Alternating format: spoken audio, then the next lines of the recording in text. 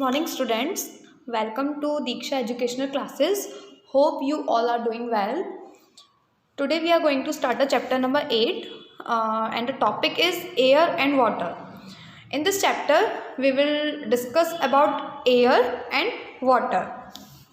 So to understand the content well, please watch this video till the end. So let's start the chapter. Air and water both are essential for us. Plants and animals both depend on air and water to live. Life on the earth is possible due to presence of air and water in it. Air और water यानी कि हवा और पानी दोनों हमारे लिए बहुत ज़्यादा ज़रूरी हैं, एसेंशियल हैं, बहुत ज़्यादा ज़रूरी हैं. जितने भी पेड़ पौधे होते हैं, प्लांट्स होते हैं या एनिमल्स होते हैं, ये सब एयर और वाटर के ऊपर डिपेंड करते हैं जिंदा रहने के लिए. ठीक है. Life on the earth is possible due to presence of air and water. अगर अर्थ पे पृथ्वी पर जीवन संभव है तो वो हवा और पानी के द्वारा ही संभव है. अब बात करते हैं एयर की. The air has surrounded us from all sides. हवा ने हमें चारों तरफ से घेरा हुआ है. Air is everywhere. हवा हर कहीं है. Even in an empty box in the crates of rocks and also in water. मतलब चाहे पानी में ले लो या किसी खाली डिब्बे में, हर जगह हवा है. We can not smell air. It is odourless. इसको स्मेल नहीं किया जा सकता. एयर को हम स्मेल नहीं कर सकते. We can only feel it. हम सिर्फ इसको महसूस कर सकते हैं. Air help us in various ways. We need air to breathe, filling in the balloon, flying parachute, flying the kite and for many other purposes. जो हम एयर जो होती है उसका हम यूज़ कई सारी चीज़ों में करते हैं. फॉर एन एग्जाम्पल, पैराशूट उड़ाने के लिए, काइट उड़ाने के लिए, ठीक है, बलून में हवा भरने के लिए, सांस लेने के लिए, और भी कई सारे अदर पर्पसेस के लिए. Aeroplanes also fly in the air. जो हवाई जहाज होते हैं उनको भी हवा में उड़ाया जाता है. नाउ एटमॉस्फेयर क्या है? ठीक है. The earth is surrounded by a blanket of air called atmosphere. हमारी जो अर्थ है, हमारी अर्थ के चारों ओर एयर की जो लेयर है, ठीक है, एयर की जो एक लेयर बनी हुई है उसी को एटमॉस्फेयर कहा गया है. Atmosphere has a mixture of gases in several layers. जो एटमॉस्फेयर है उसकी कई सारी लेयर्स हैं और कई सारी लेयर्स में अलग अलग तरीके की गैसों का मिक्सचर है. It extends from the earth surface to about 800 kilometre above the earth. Earth की सरफेस से लेके ऊपर तक ये 800 किलोमीटर एरिया में ये फैला हुआ है. ठीक है. Now we are talking about the layers of the atmosphere. अब हम बात करते हैं एटमॉस्फेयर की लेयर्स के बारे में. ठीक है. सबसे पहले जो ये लेयर्स होती है ये अर्थ के सरफेस से स्टार्ट होती हैं. तो first layer of the atmosphere is troposphere क्या होता है? It is the layer of the atmosphere closest to the earth surface. ये वाली जो लेयर होती है वो अर्थ के सबसे ज़्यादा क्लोजेस्ट होती है, as you can see in this picture. ठीक है. अर्थ के सबसे ज़्यादा क्लोज कौन सी लेयर है? Troposphere. It contains water and gases. इसमें वाटर होता है, मतलब हवा होता है, पानी होती है, मोस्टली ऑक्सीजन एंड नाइट्रोजन. और कौन कौन सी एयर होती है इसमें? Oxygen and nitrogen. Weather changes take place in troposphere. जितने भी जो वेदर चेंज होता है, सर्दी गर्मी जो भी सब होती है वो ट्रोपोस्फेयर में ही होता है. The conditions in this layer change very quickly. और यहाँ की जो कंडीशंस होती हैं वो बहुत ज़्यादा जल्दी बदल भी जाती हैं. And the next layer is stratosphere troposphere के जस्ट अबव वाली लेयर होती है. It lies above the troposphere. ये ट्रोपोस्फेयर के ऊपर होती है. It is about 30 kilometre thick. ये इतने किलोमीटर मोटी होती है. It is a clear cloudless layer. इसमें बिल्कुल साफ होती है और इसमें बादल वगैरह भी नहीं होते हैं. The upper part of the stratosphere has the ozone layer. आपने ओजोन लेयर के बारे में सुना होगा. ओजोन लेयर एक ऐसी लेयर होती है जो सन की अल्ट्रावायलेट रेज से हमारी अर्थ की सुरक्षा करती है. ठीक है. जो सन के सूरज से जो बहुत ज़्यादा हानिकारक किरणें आती हैं उनसे हमारी अर्थ को बचाती है. तो जो ओजोन लेयर होती है वो स्ट्रेटोस्फेयर में ही होती है. ठीक है. The ozone layer is like a huge shield that blocks most of the sun's harmful ultraviolet rays. जैसा कि मैंने बताया कि जो ओजोन लेयर होती है वो हमारी अर्थ को प्रोटेक्ट करती है सन की हार्मफुल अल्ट्रावायलेट रेज से. ओके. सो नेक्स्ट है मेसोस्फेयर. मेसोस्फेयर क्या होता है? Mesosphere is the coldest layer on the earth. Earth की बहुत ज़्यादा सबसे ज़्यादा ठंडी लेयर होती है. ठीक है. It extends from the upper boundary of the stratosphere up to 85 kilometre. और ये वाली जो मेसोस्फेयर जो लेयर है वो स्ट्रेटोस्फेयर से जस्ट अबव वाली लेयर है। Here is where most material burn up. जितने भी जो उल्का पिंड्स वगैरह होते हैं वो यहाँ पर आके बर्न अप हो, जितने भी जो मेट्रॉइड्स होते हैं वो यहाँ पर आके जलने लगते हैं, ठीक है, उल्का पिंड meteoroids. Now we are talking about thermosphere. Thermosphere क्या होता है?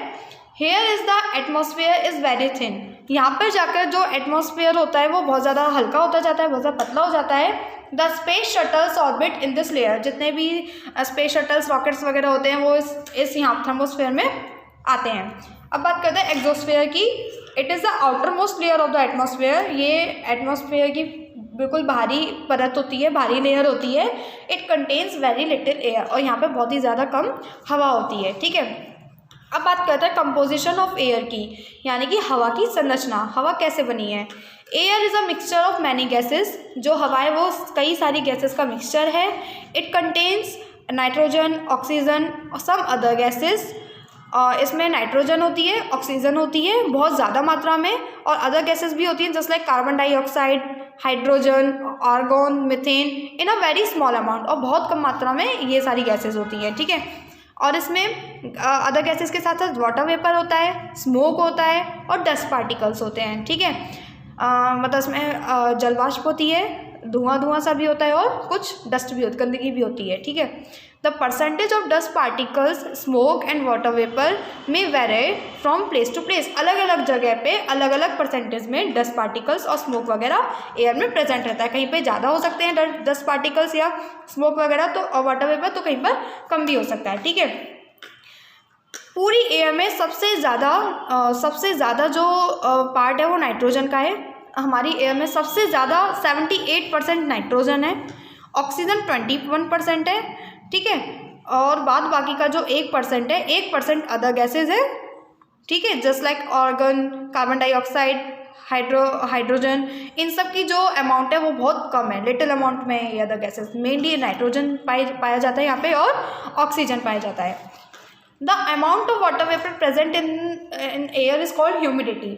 और वाटर वेपर यानी कि जो जलवाष्प होती है, जो एयर में जो प्रेजेंट होती है जलवाष्प, उसको ह्यूमिडिटी बोला जाता है। The humidity is high when the amount of water vapour is more in the air. जितना ज़्यादा एयर में वाटर वेपर होगा उतनी ज़्यादा ह्यूमिडिटी हाई होगी। We can feel the humidity in air before and after the rain. हमेशा बारिश आने से पहले या बारिश आने के बाद ह्यूमिडिटी को फील किया जा सकता है। Now we are talking about the properties of air. Properties of air in the sense कि हवा के गुण। As you can see there is so many activities are given here, just like air occupies space, यानी कि जो हवा होती है वो जगह घेरती है। हवा में वेट होता है, ठीक है। Air exerts pressure. हवा का जो दबाव होता है वो अंदर ऊपर से या नीचे से दोनों में से इक्वली रहता है। Air is needed for burning. और हवा जलने के लिए भी ज़रूरी होती है। हवा की ज़रूरत, मतलब अगर जहाँ पर हवा नहीं होगी वहाँ पर आग भी नहीं जलाई जा सकती, ठीक है। Air and it's uses. अब एयर और मतलब उसके क्या क्या उपयोग हैं उनको पढ़ते हैं। Air is needed for breathing, ठीक है। All living beings need oxygen to breathe. जितने भी लिविंग बींग्स हैं उन सभी को सांस लेने के लिए ऑक्सीजन की ज़रूरत होती है। Oxygen is used by animals to produce energy. Oxygen का यूज़ एनिमल्स के थ्रू किया जाता है एनर्जी को प्रोड्यूस करने के लिए। The oxygen goes into the lungs. Oxygen हम फेफड़ों के थ्रू ब्रीथिंग करते हैं, सांस लेते हैं, तो ऑक्सीजन हमारे लंग्स तक जाती है। From there it carried by a blood to every part of the body. और फिर यहाँ से ब्लड के द्वारा जो ऑक्सीजन है वो शरीर के दूसरे पार्ट्स तक पहुँचाई जाती है। Food is burn there by oxygen and carbon dioxide is produced and thrown out from the lungs. अब जो फूड होता है, जो खाना होता है वो ऑक्सीजन में घुल जाता है और वहाँ से कार्बन डाइऑक्साइड प्रोड्यूस हो जाती है और जो कि लंग्स के थ्रू बाहर निकाल दी जाती है। This process is called respiration. As you know कि हम ऑक्सीजन को इनहेल करते हैं और कार्बन डाइऑक्साइड को छोड़ते हैं, just like that. Air carries sound, ठीक है। Air help us to listen to the sounds around us, जितने भी हमारे आसपास ध्वनियाँ होती हैं, आवाज़ें होती हैं, वो किसके थ्रू हमारे कानों तक आती है? एयर के थ्रू, ठीक है। Without air the drum would beat but you won't hear it, जो ड्रम बजाए जाते हैं, अगर हवा नहीं होगी तो जो ड्रम का जो साउंड होगा वो भी हमारे कानों तक नहीं आ सकता। It is because sound needs a medium to reach us, ये ऐसा इसलिए होता है क्योंकि साउंड को हमारे पास आने के लिए, हमारे कानों तक आने के लिए किसी मीडियम की ज़रूरत होती है, ठीक है। व्हेन यू स्पीक और clap the air around you vibrate, जब आप बोलते हो या ताली बजाते हो तो हमारे आसपास की जो एयर है वो वाइब्रेट होती है और वो दूर तक जाती है। These vibrations reach your ears and your ears turn them into sound, और जब ये वाइब्रेशंस आपके कानों तक आती हैं तो आपके जो कान होते हैं उसको साउंड में कन्वर्ट कर देते हैं। Air pressure is important in our daily life, air pressure plays an important role in our daily life, हमारी डेली लाइफ में जो एयर प्रेशर होता है वो बहुत ही अहम भूमिका निभाता है। Many things like syringe, dropper, drinking straw, hand pump and many other things work on the principle of air pressure, जितनी भी जैसे इंजेक्शन होते हैं या ड्रॉपर होते हैं, हेड पंप होते हैं या ड्रिंकिंग स्ट्रॉ पाइप जो होते हैं, ये सब एयर प्रेशर के सिद्धांतों पर ही काम करते हैं, ठीक है।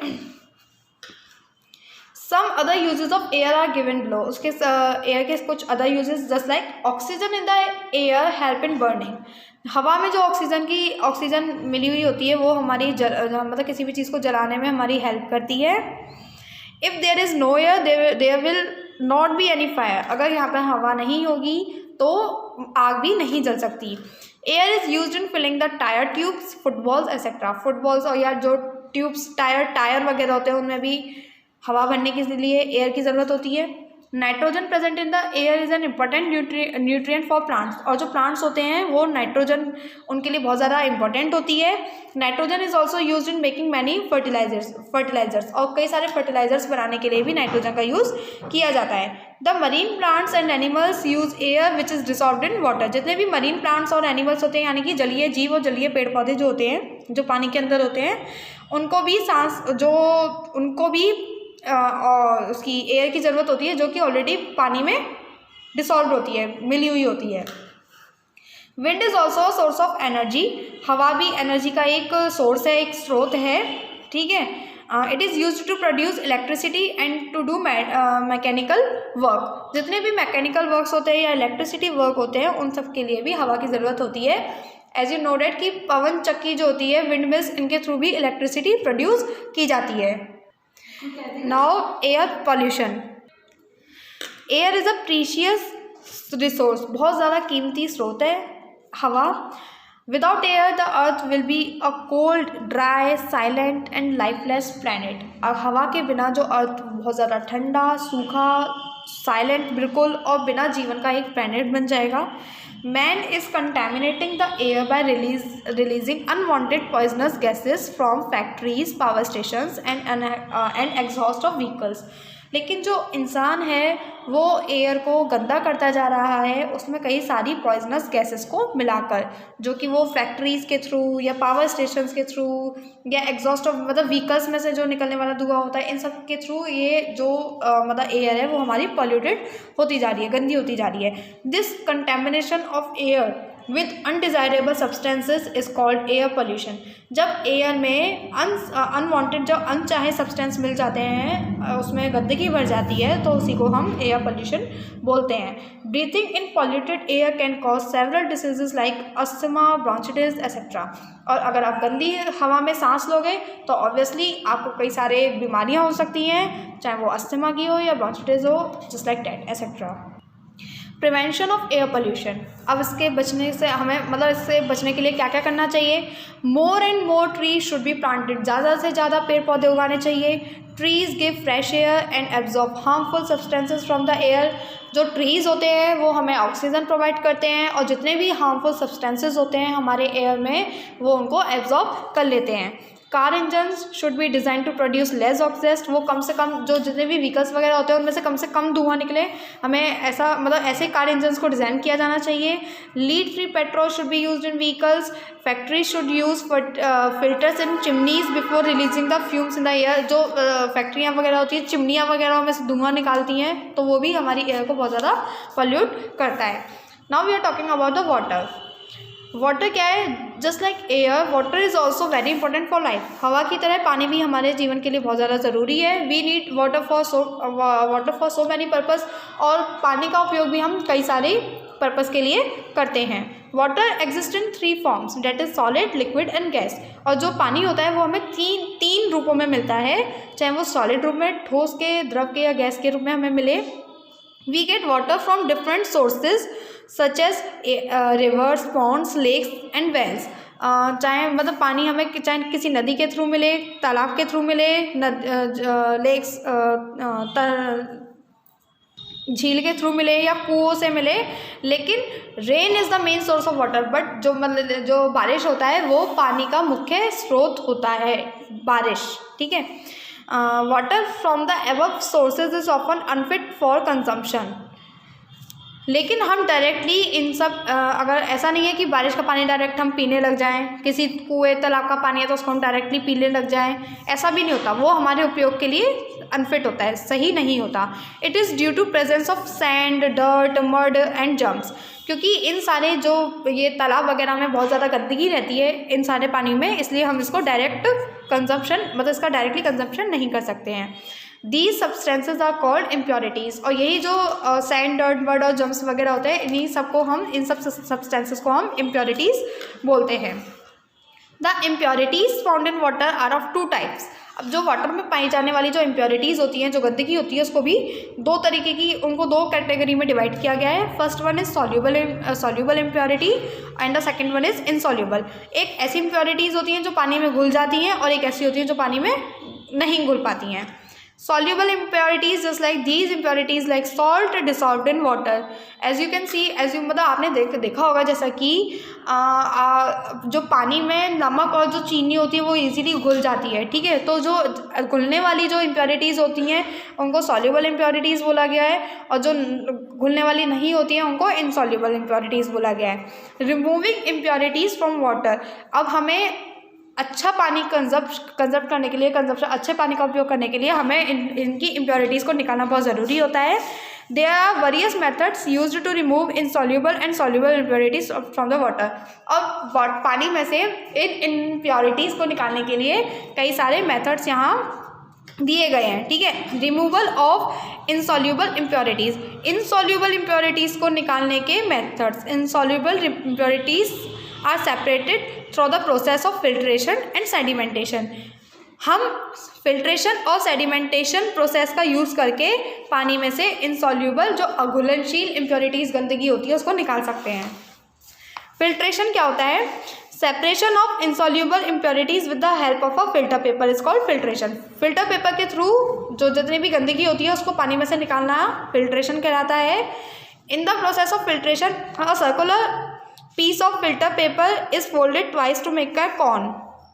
एक फिल्टर पेपर का यूज़ किया जाता है, उसका एक कोन बनाया जाता है। As you can see in this picture, this paper cone is kept aside of funnel. इसको एक फनल के साइड में रखा जाता है। अब इसमें एक पेपर कोन होती है जिसको इस फनल के नीचे रखा जाता है। अब beaker is kept below the funnel. अब उस फनल के नीचे एक बीकर को रखा जाता है। And mixture with insoluble impurities like sand, chalk etcetera. और जितने भी सबसे पहले जो वाटर होता है, जो गंदा पानी होता है, उसको हम इस फिल्टर पेपर में डालते हैं।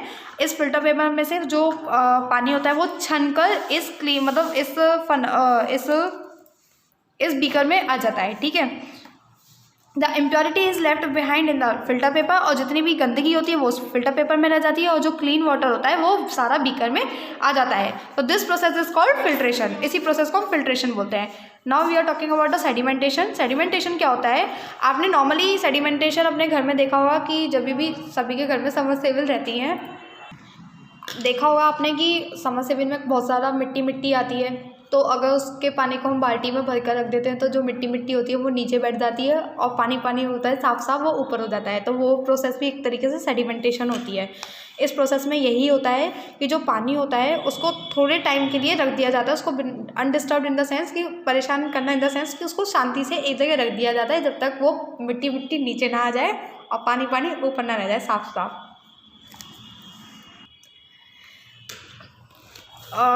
इसमें कई सारे स्टेप्स होते हैं।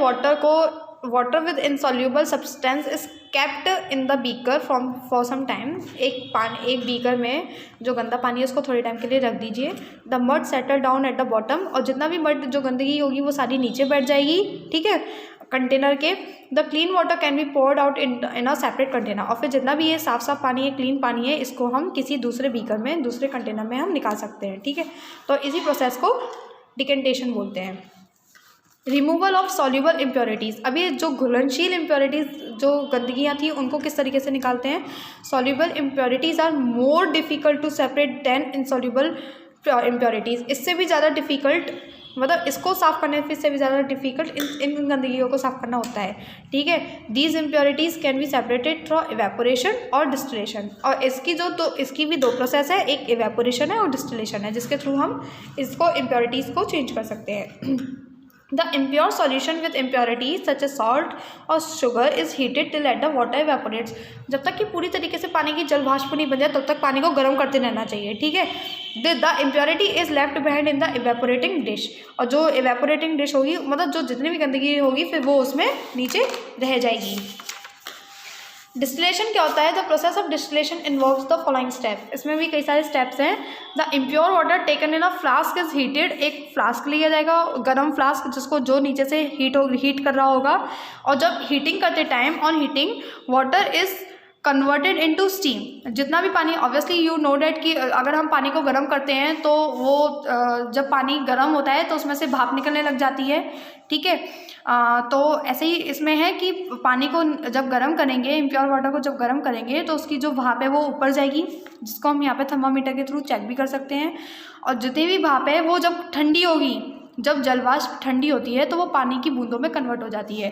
तो यहाँ से हीट होगा, हीट होके वो जब अच्छा होगा तो जितनी भी वो बूंदें होंगी पानी की वो इस कॉनिकल फ्लास्क में गिरती जाएंगी, ठीक है। ये इम्प्योर वाटर है, या थर्मोमीटर है, ये वाटर आउटलेट है जिसमें से जो वाटर वेपर है वो उसमें जाएगी, या ये कंडेंसर है जिसमें जब वो ठंडा हो जाएगा, जिसमें वाटर इनलेट है, जब भी उसमें वाटर ड्रॉप्स जो होंगी वो ठंडी होती जाएंगी, फिर वो यहाँ इस क्लॉनिकल फ्लास्क में गिरती जाएगी, ठीक है, जिसको डिस्टिलेट बोलते हैं। ये जो क्लीन वाटर आ रहा है ये डिस्टिलेट है, ठीक है। अब प्योरीफिकेशन वाटर, तो वाटर, पानी का प्योरीफिकेशन किस तरीके से हुआ। Water is a carrier of many diseases, पानी से भी हमें कई सारे रोग हो सकते हैं, बीमारियां हो सकती हैं, इसलिए drinking water needs to be purified before using it. इसलिए पीने के पानी को यूज़ करने से पहले उसको प्यूरीफाई किया जाना ज़रूरी है, साफ़ करना ज़रूरी है। Normally 3 methods of purification are in practice, और उसको मतलब पीने के पानी को साफ़ करने के मेनली जो नॉर्मली जो जनरल यूजेस में आते हैं वो 3 मेथड हैं। These are boiling, distillation and chlorination, ठीक है। बॉयलिंग ये तो आप जानते ही हैं कि पानी को उबाल लेना, पानी को जितना ज़्यादा हम उबालेंगे पानी अच्छा हो जाता है। This is the easiest and the most common method of purify water before drinking. पीने से पहले पानी को बॉयल करना बहुत ज़्यादा कॉमन है, जो सभी लोग इसको ईजिली यूज़ कर सकते हैं, और बहुत ईजी मेथड है प्योरीफाई करने का पानी को, ठीक है। Boiling kill the germs present in it, उबालने से जितने भी अंदर पानी के अंदर जितने भी जर्म्स हैं वो सारे मर जाते हैं। Remember that boiling should be continued for at least 10 minutes, but हमें इस चीज़ को रिमाइंड करना चाहिए, इस चीज़ को याद रखना चाहिए कि कम से कम हमें पानी को 10 मिनट तक तो उबालना ही चाहिए। अब distillation just like that the water stored through the process of distillation is purest form of water. Distillation के थ्रू भी जो पानी को हम साफ़ करते हैं वो बहुत ज़्यादा प्योरेस्ट फॉर्म होती है पानी की। It is free from germs, इसमें से मतलब ये इसमें कीटाणु नहीं होते हैं, और इसका यूज़ मेडिसिन्स, ये वाटर इंजेक्शंस और कार बैटरीज में किया जाता है। And the next process is chlorination. Chlorination क्या होता है। क्लोराइनेशन में क्या होता है, इस मेथड में एक क्लोरीन की टैबलेट्स होती हैं जो कि किसी भी वाटर कंटेनर में ऐड कर दी जाती हैं, ठीक है, जहाँ पर भी पानी को साफ़ किया जाना है। Chlorine tablets kill germs and make the water pure. जो क्लोराइन की जो टैबलेट्स होती हैं वो सारे जर्म्स को मार देती हैं और पानी को साफ सुथरा बना देती हैं। I hope you understand this video well. Thank you.